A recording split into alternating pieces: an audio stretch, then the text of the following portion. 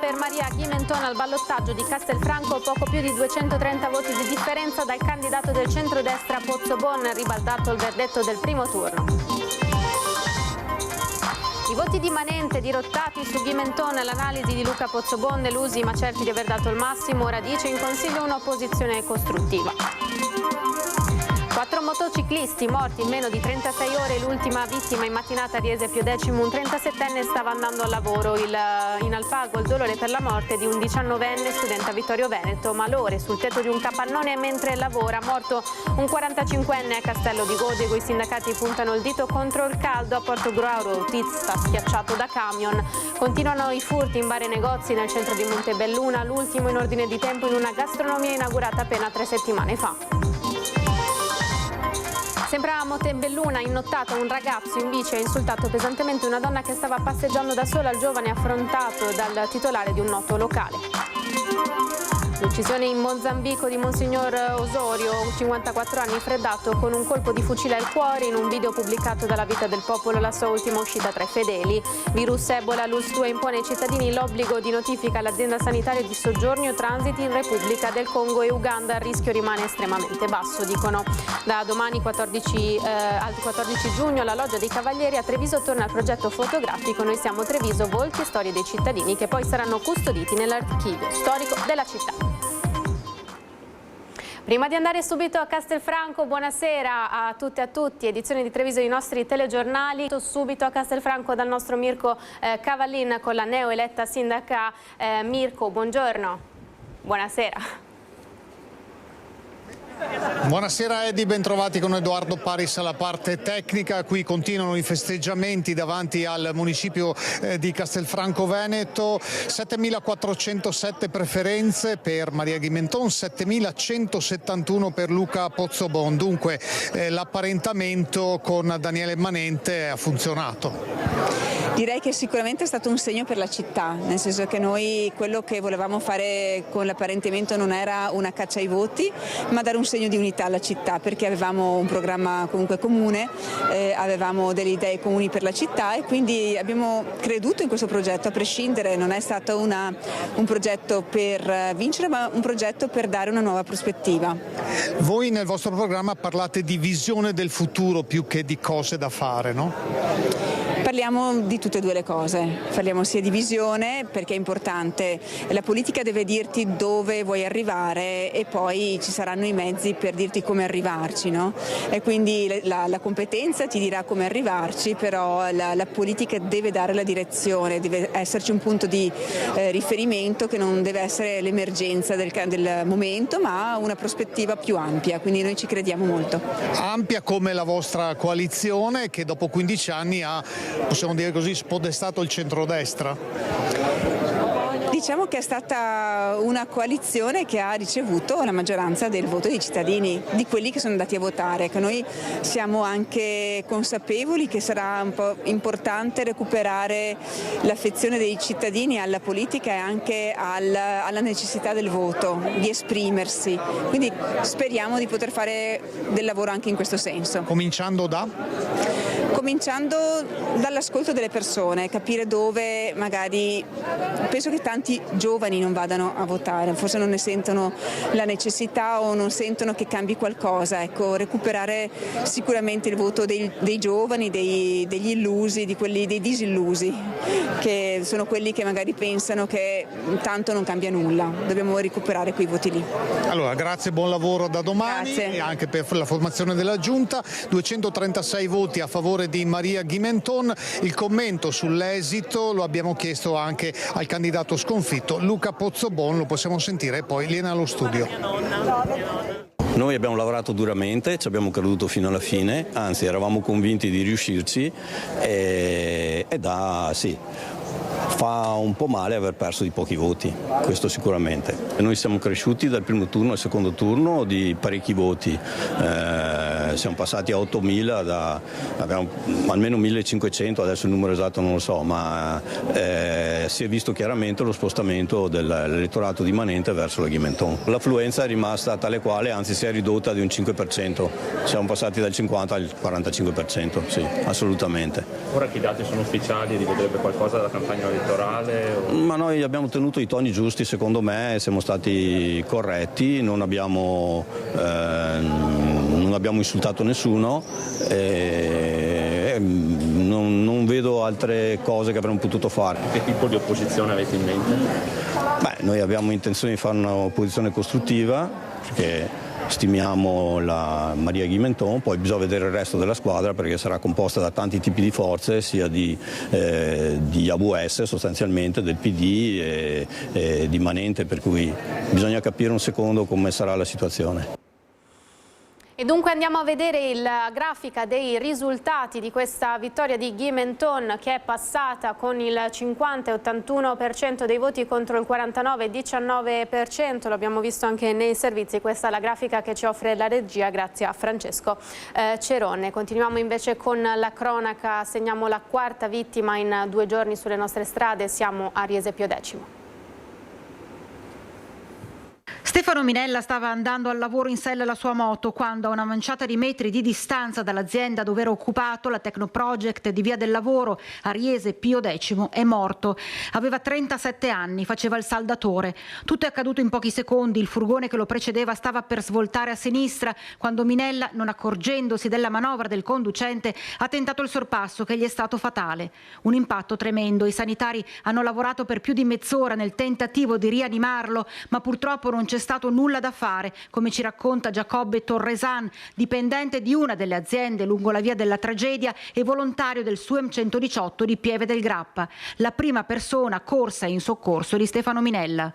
Appena arrivato ho visto questo ragazzo che era a terra in una pozza di sangue e ci siamo messi in contatto subito con la centrale SUEM di Treviso e ci hanno guidato in videoconferenza e abbiamo iniziato subito le manovre di rianimazione cardiopolmonare.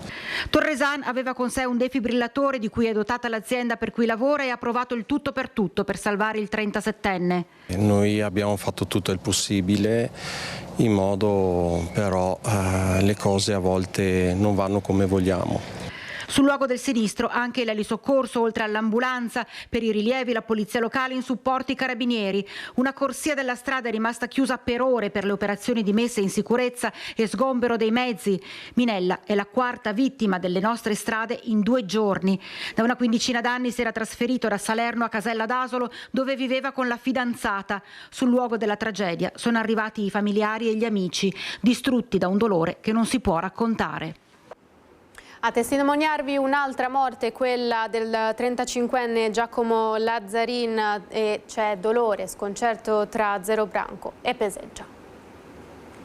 Proprio ieri l'ho visto a pranzo che stavamo mangiando e l'ho visto partire in sella alla sua moto e ho detto un buon divertimento Giacomo, ma ti prego.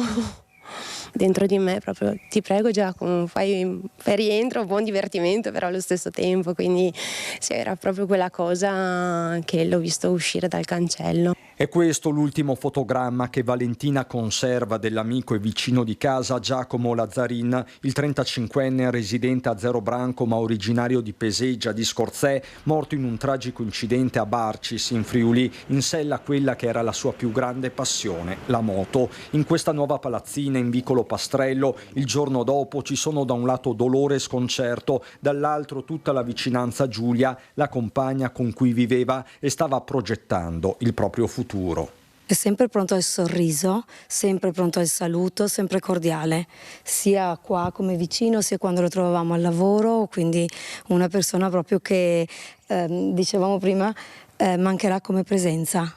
Giacomo è morto a seguito di un volo fatale quasi 70 metri dopo aver tamponato una Fiat Panda all'interno della galleria Montefara, il tunnel che collega Barcis a Montereale Valcellina. Un impatto tremendo con la moto andata poi a fuoco. Dalle prime verifiche effettuate attraverso le immagini delle telecamere di FVG Strade, ora sotto sequestro, sembra emergere come l'utilitaria con 3 donne a bordo, una ventenne alla guida, viaggiasse con i fari spenti. Allo stesso tempo pare che la moto procedesse a velocità sostenuta. Le indagini sono in corso. Di certo determinante è stato il primo intervento di un passante, un tecnico di elisoccorso fuori servizio che ha aiutato le 3 donne a mettersi in salvo. Non c'era più nulla da fare invece per Giacomo, conosciuto e ben voluto tra Zero Branco e Peseggia, dove vivono i genitori, anche per il suo lavoro al supermercato lì, a pochi chilometri da casa. Giacomo era conosciuto perché col lavoro che faceva all'interno del supermercato, insomma, era una figura che tutti prima o poi incrociavano, sempre sorridente, sempre tranquillo, sempre disponibile, e quindi senz'altro colpisce per la persona che era. Poi colpisce effettivamente perché incidenti sulle strade purtroppo ne accadono sempre più spesso, e quando l'esito è così tragico nessuno può rimanere indifferente, anche chi magari l'avesse solo incrociato una volta soltanto. Quello che ogni volta traspariva in lui era proprio questa bontà, che anche se non lo conoscevi proprio di persona, ma comunque si assaporava questa sua dolcezza, ecco. Ancora la cronaca, questa volta per un incidente sul lavoro. Siamo a Castello di Godego, stava lavorando nel quartiere di via Asiago, proprio a Castello di Godego, intorno alle 11 del mattino. Il malore fatale gli ha costato la vita mentre era sopra il tetto di un capannone in costruzione che vedete dalle immagini. La vittima è Giorgia Alexandrescu, 45 anni, dipendente della Gallinaro Costruzioni, residente con la famiglia a Campo San Martino nel Padovano. Secondo le prime ricostruzioni l'uomo sarebbe stato colpito appunto da un improvviso malore, probabilmente un infarto. L'allarme è stato lanciato subito dai colleghi che hanno prestato i primi soccorsi. Sul posto medico e infermieri del SUEM 118 hanno provato in tutti i modi a rianimarlo, ma per l'uomo non c'è stata via di scampo. Cordoglio dalla CGIL di Treviso, che ha richiamato l'attenzione sull'importanza della tutela della salute sul lavoro e soprattutto nei lavori più a rischio delle alte temperature che ci saranno da qui fino alla fine dell'estate. Diamo notizia anche di un altro incidente a Portogruaro, sempre sul lavoro. Un camionista è stato schiacciato dal mezzo pesante, probabilmente non inserendo il freno a mano è scattata la marcia, è rimasto schiacciato con traumi importanti al bacino, è ricoverato adesso all'ospedale all'Angelo di Mestre. La cronaca ci porta a Montebelluna con il nostro Christian Arboit, una raffica di furti che vediamo nel servizio. Motivo in più per dare ancora di più e per far vedere che non sono, cioè che questo non si ferma, anzi maggior ragione continuare a dare sempre di più e ad assicurarci di più. Non intende farsi piegare dai ladri Corrado Attardi, titolare della gastronomia Gustomania in via Roma a Montebelluna, attività inaugurata nemmeno 3 settimane fa. Nella notte tra sabato e domenica il furto, con i malviventi che prima hanno tentato di forzare la porta d'ingresso, poi non riuscendoci si sono introdotti nel locale attraverso questa piccola finestra rimasta aperta in ribalta. Solo domenica mattina Corrado si è accorto del colpo, della cassa sparita e ha presentato denuncia ai carabinieri. Rientrato, successivamente si è reso conto che i malviventi non si erano limitati a rubare il fondo cassa. Ho sporto denuncia e quando sono tornato mi sono accorto che mi mancava effettivamente anche della merce. Ho portato via un po' di alcolici, ho portato via delle birre, ho portato via un paio di marchi di birra, ho portato via dell'olio. Un bottino di circa 500 euro, danni per fortuna limitati che mi fanno affrontare tutto questo con positività, ci spiega Attardi. Non è bello sapere che dove ho aperto la mia attività non mi senta sin dall'inizio totalmente sicuro.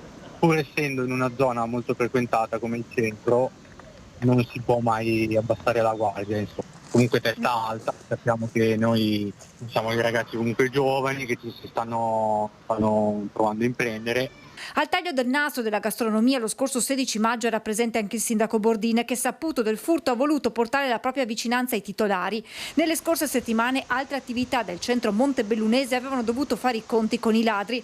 Non siamo gli unici in questa situazione, significa, evidenzia il primo cittadino, che c'è un senso diffuso di impunità. Serve la certezza della pena per chi si macchia di questi reati. Dalla sua il Comune fa la propria parte, ad iniziare da un aumento della presenza sul territorio della Polizia Locale. Che quest'anno sarà presente fino a tarda notte in giro con le pattuglie insieme ai carabinieri, aumentare i controlli. Abbiamo i taser che sono operativi dal 1° giugno, vero è che ovviamente le autorità non possono essere dappertutto. Rimaniamo a Montebelluna per un altro fatto di cronaca. Un ragazzo in bici ha insultato pesantemente una donna che stava passeggiando da sola. Il giovane, probabilmente un nordafricano, è stato affrontato dal titolare di un noto locale. È estremamente teso il clima, ovviamente la nuova generazione sta creando un sacco di problemi, molti problemi di ordine pubblico, c'è di notte molto spaccio di droga, abbiamo osservato anche proprio ieri sera che c'è stato un ragazzo che ha importunato una ragazza, l'ha rincorsa in bicicletta, insulti pesanti. Tipo sessista. Esattamente. Parole ed epiteti riferibili, decisamente volgari, quando da poco è passata la mezzanotte, ma qui in centro a Montebelluna, di chi era presente, nessuno si è girato dall'altra parte, a cominciare da Matteo Sareta, titolare dell'Osteria Inn di Piazza Negrelli. A chi è rivolta a lei? Si è rivolta a delle persone che stavano passeggiando, che dopo sono arrivate qua all'interno del locale. E noi, una volta che abbiamo capito qual era il soggetto, siamo intervenuti. Sareta racconta di aver intercettato il giovane 20enne nordafricano davanti al suo locale, affrontandolo apertamente. Abbiamo discusso del fatto, lui ha parlato prevalentemente del suo Dio, sì che non so che Dio abbia. Comunque non è il Dio mio di sicuro. Nessuna colluttazione fisica, assicura l'oste del centro, che nel 2024 con tanto di minacce era finito nel mirino di un branco di giovanissimi perché si era rifiutato di dare loro birre e alcolici. Il suo approccio non cambia. È giusto che affrontiamo il problema, non dobbiamo far finta di non vedere il problema. Poi rimango sempre col fatto che ci possano essere delle ronde notturne. Okay? In maniera che le istituzioni diano un attimo, non voglio dire di autorità, però la possibilità che possano passare, che ne so, dei carabinieri, quelli in pensione o altre persone, che si facciano vedere che vigilano di sera.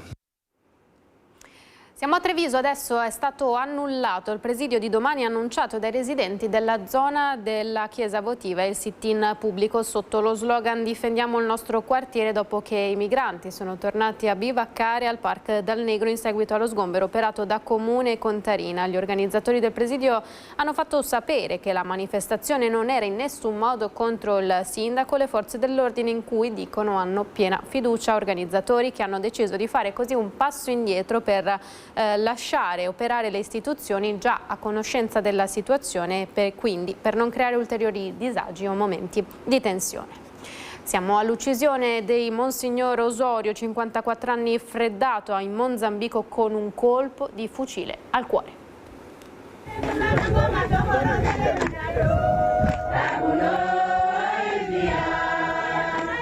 Un video pubblicato sulla pagina Facebook della Vita del Popolo, inviato alla redazione da una lettrice, in cui appare Monsignor Osorio Citora Alfonso in Mozambico, circondato da 2 ali di fedeli mentre impartisce la benedizione il giorno prima di essere brutalmente ucciso.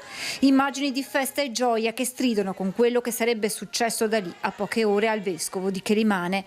Era stato lui stesso giovedì ad inviare il video alla lettrice del settimanale diocesano, raccontandoli i chilometri percorsi tra messe e celebrazioni di Cresime e di essere molto stanco. 24 ore dopo il presule verrà ucciso nella sua residenza episcopale, freddato da un solo colpo di fucile dritto al cuore. Una vera e propria esecuzione, con il corpo ritrovato nel corridoio in una pozza di sangue, un braccio proteso come in un ultimo tentativo di difesa. Le autorità locali hanno sin da subito avviato le indagini nel massimo riservo, nessuna pista viene al momento esclusa. Si cerca il movente di un delitto che non ha sconvolto la sola comunità africana ma anche la Marca. Monsignor Osorio era stato infatti superiore del centro missionario della Consolata Vittorio Veneto e superiore di Casa Milaico sul Montello.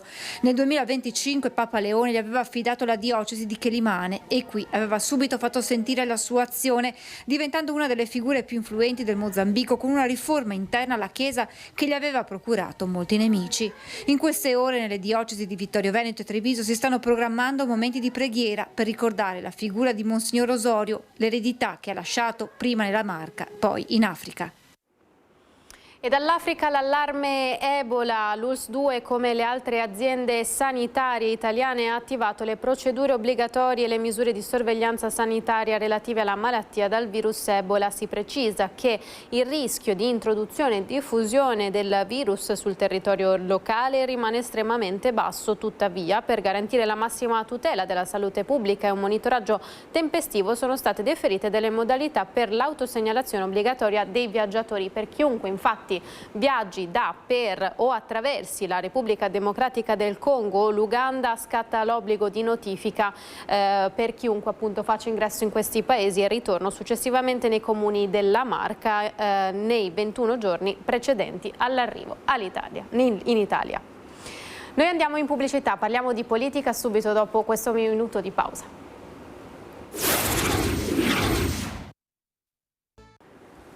Siamo tornati in diretta con l'edizione dei Treviso dei nostri telegiornali e dunque la politica. Andrea Martella ha atteso l'esito dei risultati dei ballottaggi delle elezioni amministrative per annunciare oggi pomeriggio le sue dimissioni da segretario regionale del Partito Democratico, scelta che dal senatore Dem non viene ricondotta. La sconfitta elettorale subita a Venezia dice che come quella di tesoriere che aveva già notificato al tesoriere all'Assemblea regionale il 3 giugno scorso e aver aspettato di comunicare al pubblico le dimissioni alla conclusione dei ballottaggi di oggi.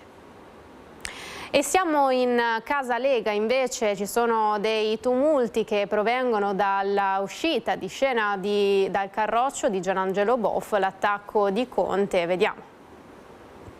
Vorrei dire al sindaco di Treviso, Mario Conte, che tra l'altro è anche un sindaco di centrodestra, per cui non ho nessuna intenzione di fare polemica con lui, ma per sapere cosa ne pensava Giancarlo Gentilini proprio su chi tradiva, basta andarsi a vedere i video e cosa dichiarava. Quando un figlio politico non tiene conto del padre politico, allora cosa fa un padre?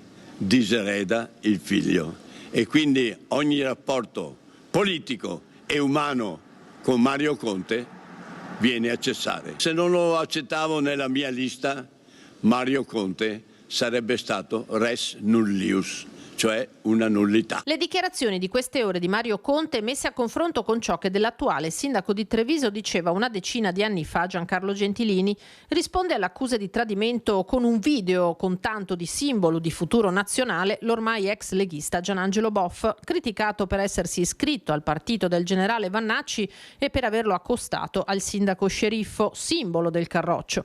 Boff ricorda che lo stesso Gentilini aveva accusato in passato Conte di tradimento. Tra i due, Conte e Boff, non è mai scorso buon sangue e si vede, tanto che il sindaco ha rincarato la dose con un post sui social in cui pubblica una foto con Gentilini e Luca Zaia e conferma ogni parola. La storia politica è fatta di alti e di bassi, l'abbiamo vissuto nella Lega, Salvini ha preso in mano il partito al 3%, l'ha portato al 30%, oggi stiamo vivendo un momento di difficoltà, però credo che nel momento di difficoltà debbano venire fuori i valori fondanti e quei valori che hanno animato la nostra militanza all'interno di un partito che ci ha consentito di diventare qualcuno nella nostra società. Io sono tra quelli che cresce con l'idea che le cose, se devono migliorare, vanno cambiate, bisogna combattere combattere dall'interno, scappare e accasarsi da qualcun altro forse è la scelta più facile, però secondo me meno onorevole. Inoltre, conclude Conte, riferendosi all'ipotesi della vice segreteria nazionale: sono contento che si prospetti per Zaia un ruolo ancora più importante nella Lega. Credo che possa essere la giusta soluzione per un rilancio del partito.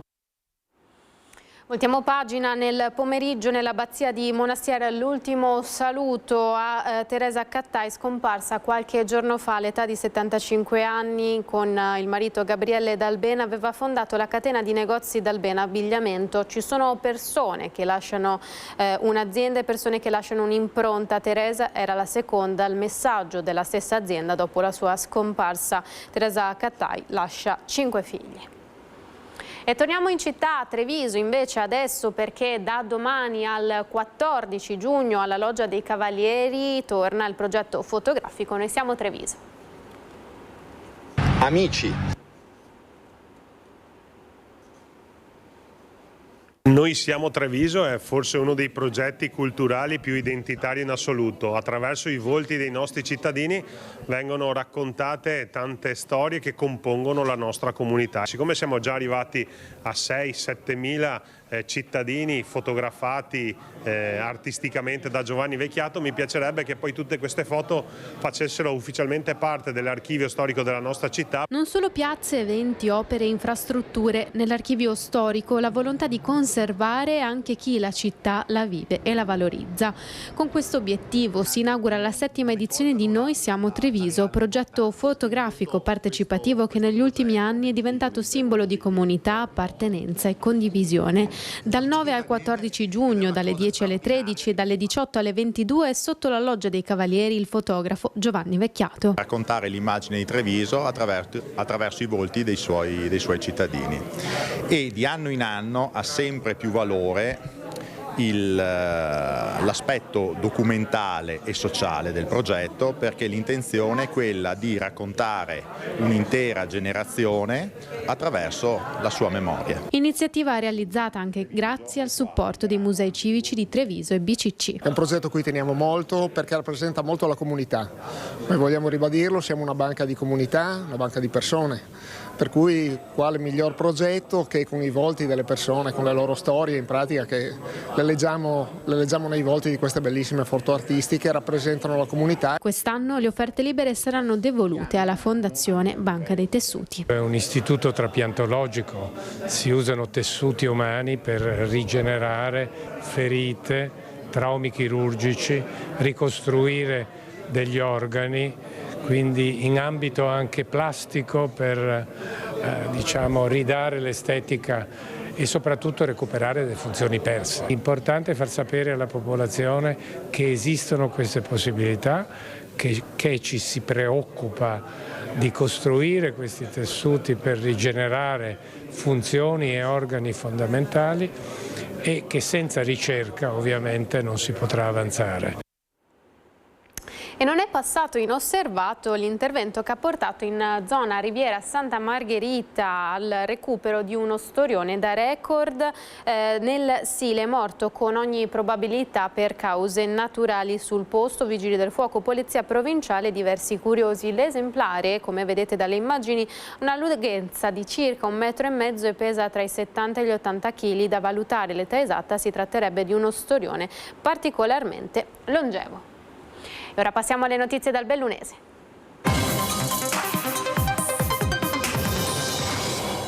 Comunità chiusa nel dolore quella di Alpago, sconvolta per la morte di Matteo Dalnes, di soli 19 anni, ha perso la vita ieri pomeriggio in un drammatico schianto lungo la statale 51. Una domenica pomeriggio trasformata in tragedia. Sono da poco passate le 4 quando la statale 51 fra Santa Croce del Lago e il Bivio per Farra d'Alpago diventa il mesto teatro dell'ennesimo violento impatto tra una moto e un'automobile. In sella alla prima c'è Matteo Dalnes, 19 anni appena, residente a Cornei. Il giovane stava percorrendo la statale in direzione Farra quando, per cause ancora in fase di accertamento, avrebbe perso il controllo della sua moto finita sulla carreggiata opposta in prossimità di una semicurva, mentre mentre sopraggiungeva un automobilista che non è riuscito ad evitare lo scontro. L'allarme è immediato e a chiamare i soccorsi sono gli amici che viaggiavano con Matteo. Arrivano i vigili del fuoco, i sanitari del SUEM e l'elicottero Leone decollato da Treviso. I medici tentano a lungo di rianimare il ragazzo, ma le ferite riportate nella collisione sono troppo gravi e per il 19enne non c'è nulla da fare. La statale viene chiusa in entrambe le direzioni per consentire i soccorsi e i rilievi della Polizia Stradale di Belluno, chiamata ora a chiarire l'esatta dinamica dello scontro. Lievi invece le conseguenze per l'automobilista coinvolto. La notizia della morte di Matteo Denès si diffonde rapidamente in tutto l'Alpago. Studente del liceo artistico di Vittorio Veneto, aveva appena concluso il suo percorso scolastico e dal 18 giugno avrebbe affrontato l'esame di maturità. Sconvolto il sindaco Alberto Peterle. Siamo ancora tutti sconvolti per quello che è successo ieri e in questo momento sì, non possiamo che stringerci attorno alla famiglia, attorno ai genitori, attorno ai fratelli che sono stati colpiti da questo fatto gravissimo e da questa tragedia che insomma non ha poco sì, di sensato. Un dolore indicibile per l'intera comunità a fronte di una vita piena di progetti e aspettative spezzata all'improvviso sulla strada. Matteo Denès lascia i genitori e i suoi 2 gemelli, Alessia e Victor. A loro il pensiero del primo cittadino di Alpago. Adesso secondo me è il momento del dolore e del rispetto, poi capiremo effettivamente perché quel tratto di strada non è la prima volta che purtroppo ci fa riflettere insomma, su questi episodi.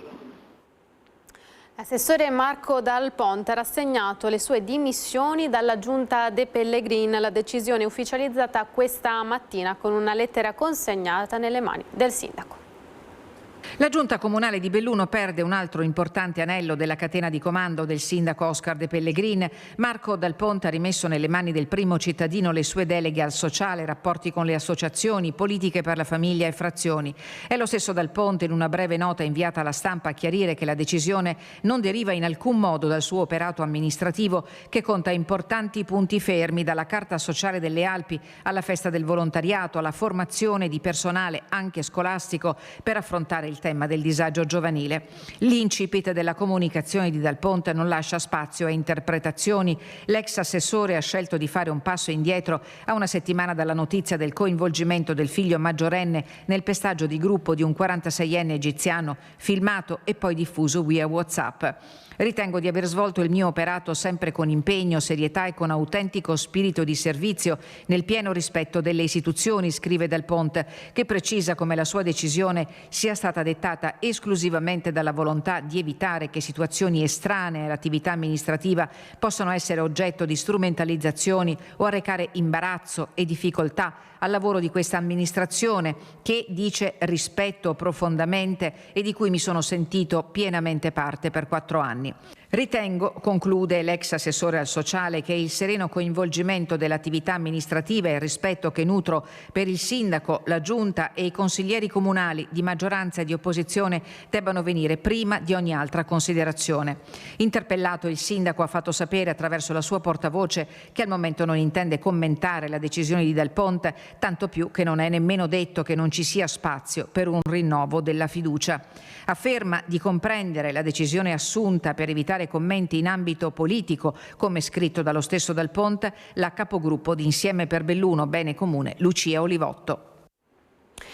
Parliamo di maltempo, scatta l'allerta gialla per rischio di temporali sull'Alto Bellunese. Il centro funzionale decentrato della Protezione Civile del Veneto ha attivato il livello di attenzione per le aree delle Dolomiti orientali e occidentali con validità per l'intera giornata di domani. La decisione è stata presa in considerazione dall'evoluzione meteorologica prevista nelle prossime ore. Già da questo pomeriggio, infatti, sui rilievi si sono presentati rovesci e temporali a macchia di leopardo. Per domani, invece, il quadro atmosferico è previsto in netto peggioramento, con piogge temporali possibili anche su parte della pianura. I fenomeni potrebbero presentarsi fin dalle prime ore del mattino per poi intensificarsi nel corso del pomeriggio e della serata. La montagna bellunese risulta tuttavia la più esposta. Protezione Civile che per questo invita alla prudenza negli spostamenti e nelle attività all'aperto. E per questa edizione dei telegiornali è tutto, vi lascio le previsioni del tempo e a una buonissima serata. Arrivederci.